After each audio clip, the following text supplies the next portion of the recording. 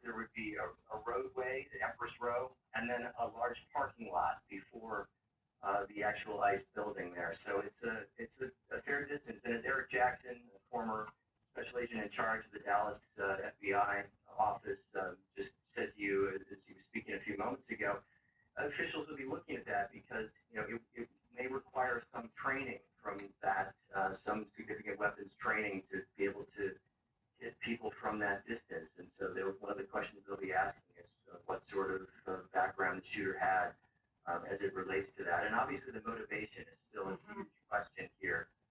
Was this, were the shots intended for ICE agents or for detainees or for both?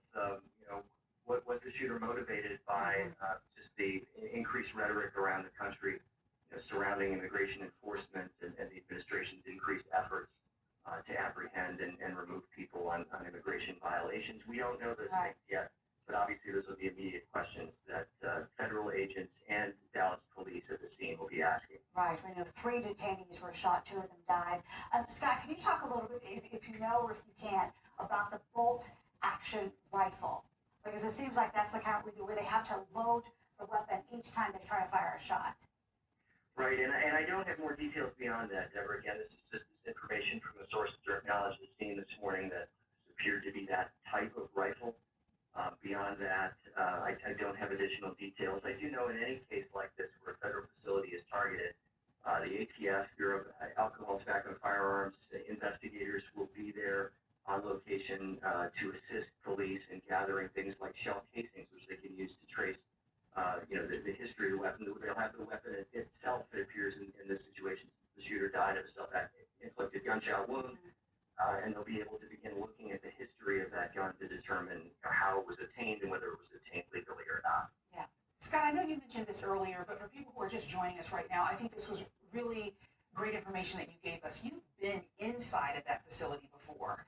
And there is certainly, even though it's a field office, there is certainly a level of security. So the fact that this person was, from what you're saying, basically across a frontage road and a large parking lot, it begs the question, was this planned? And now we're hearing that there was a bomb threat at that same facility in recent days. And there certainly have been escalated threats against ICE facilities and Border Patrol facilities across the country in recent months. We indicated earlier an attack in Alvarado on an ICE holding facility back in July. This building, that's where the attack occurred today, had received a bomb threat. It had been the scene of some public protests in recent months as well about the increased enforcement efforts.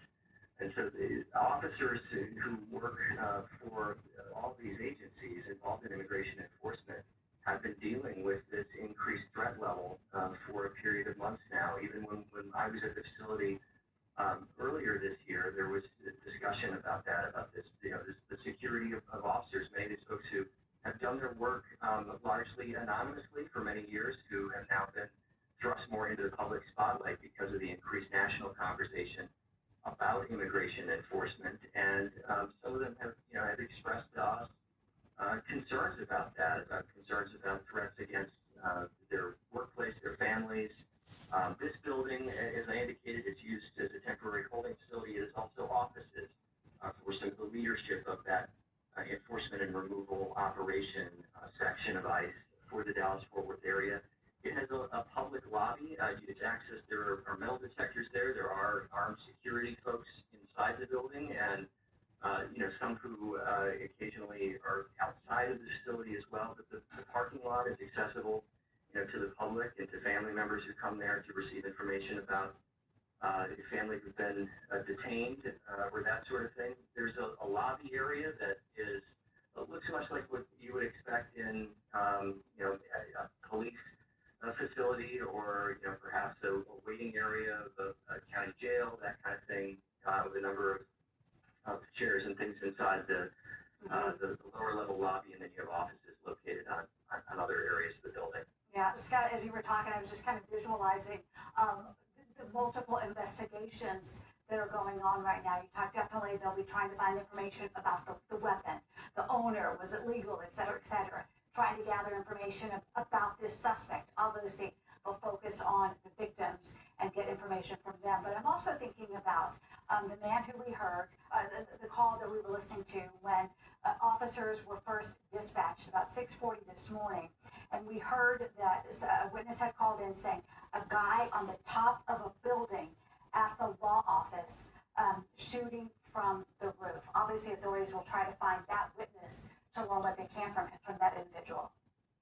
Absolutely, and you would always have in this situation an effort immediately by police and federal law enforcement to locate any surveillance video from buildings in the area. Obviously, this being a federal facility, there will be cameras there that could potentially have video evidence that could be crucial in that part of the investigation, and surrounding buildings as well, private buildings that may have additional video footage. And so in any situation like this, the FBI will establish a command post working with local police, and they will begin to fan out through the neighborhood to try to talk with anybody who witnessed this and to obtain any of that sort of video footage. They'll also begin looking for shell casings when you have shots fired from a distance. That becomes crucial evidence as well, because another question here that's still unanswered for us this morning is whether there was anyone else involved in this shooting.